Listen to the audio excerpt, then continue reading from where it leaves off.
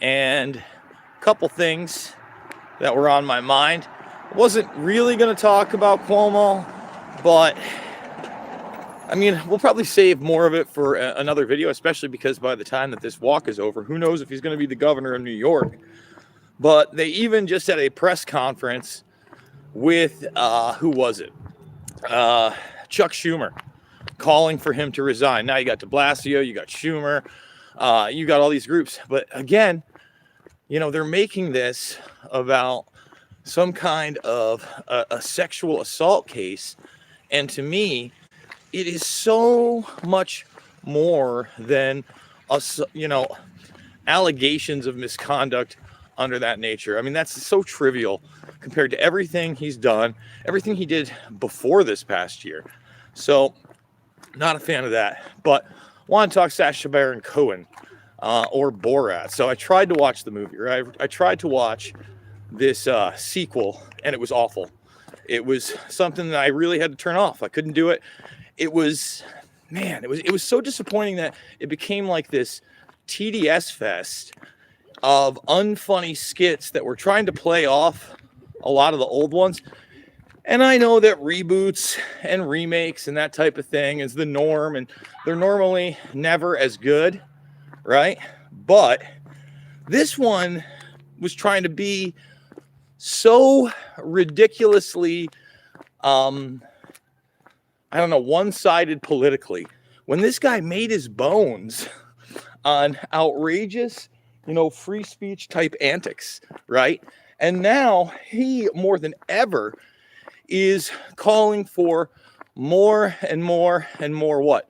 Censorship, which is ridiculous when it comes to our everyday lives. So there was this artist who, and I may bring this up on a Rockfin broadcast later today, show you guys this, that did some graffiti of Bill Gates with a needle, and it's on a big brick wall, and basically was put on this guy's Instagram, and it says, "Time for your update." You get it? Time for your update. So you got like a kind of sly joke piece, and Sacha Bara Cuomo calls for it to be banned as misinformation on Instagram. It's a piece of art. He's calling for actual art to be taken down.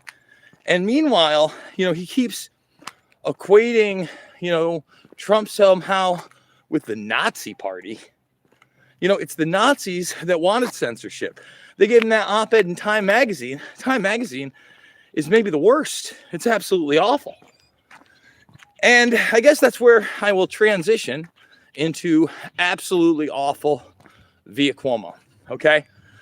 So you got Schumer, you got de Blasio, you got pretty much the entire Democratic establishment, at least East Coast establishment, now coming together and saying this guy should step down.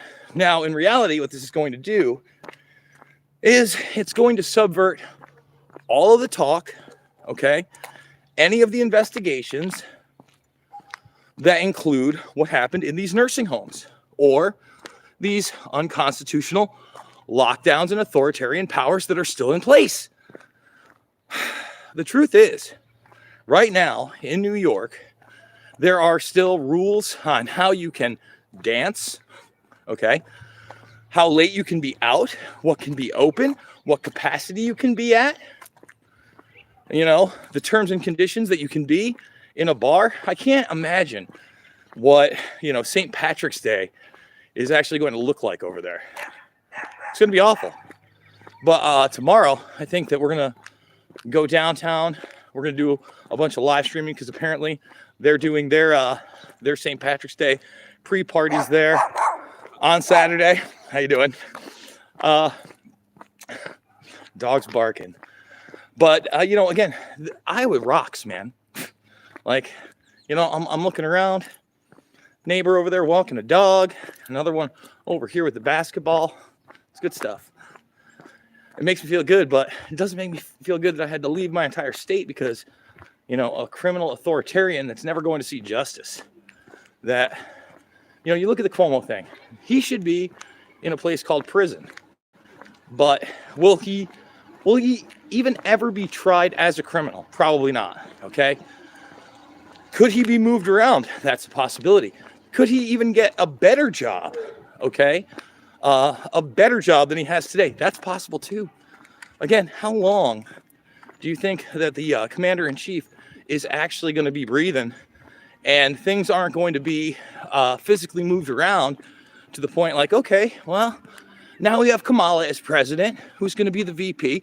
I'm not saying they would put America's governor in there, but, you know, when you talk about America's governor, you could certainly talk about Cuomo actually being America's governor. And you say, what do you mean, Jason? What are you talking about? Well, if you're my friend on Facebook or you follow me there, I made a post, and I think it's a pretty true one. He is more of America's governor than people want to realize. He lies, he cheats, he steals, and he murders with complete impunity, right? So he does that. There's no accountability, and he's praised for it as he does it, right? Now you think about that.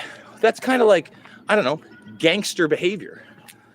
And you've got to recognize that our culture in many ways idolizes, makes gangsters iconic figures, real or imagined, Hollywood or not, okay? That's the reality.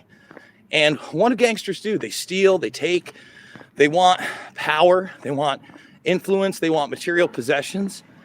And to some extent, obviously all of us want those things. And I think it would be extremely ignorant and deceitful to say that we all don't want those things. We absolutely do. But some of those people out there want them to the extent where they're willing to do whatever it takes. And subliminally, they empower actual monsters, okay?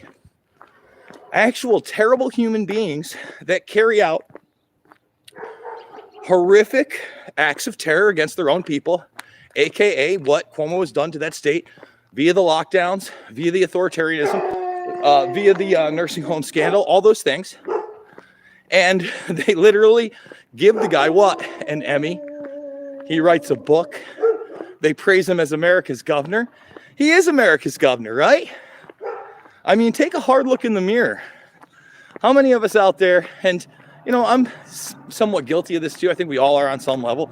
Had a Scarface poster, or, you know, The Sopranos is your favorite show. I'm not saying those are necessarily bad things, but I am saying that we've kind of bred a culture where that's something to be aspired to, instead of a culture that recognizes that many of the people in office act just like the gangsters that you see on TV and are treated like superheroes. You know, that's all I'm saying.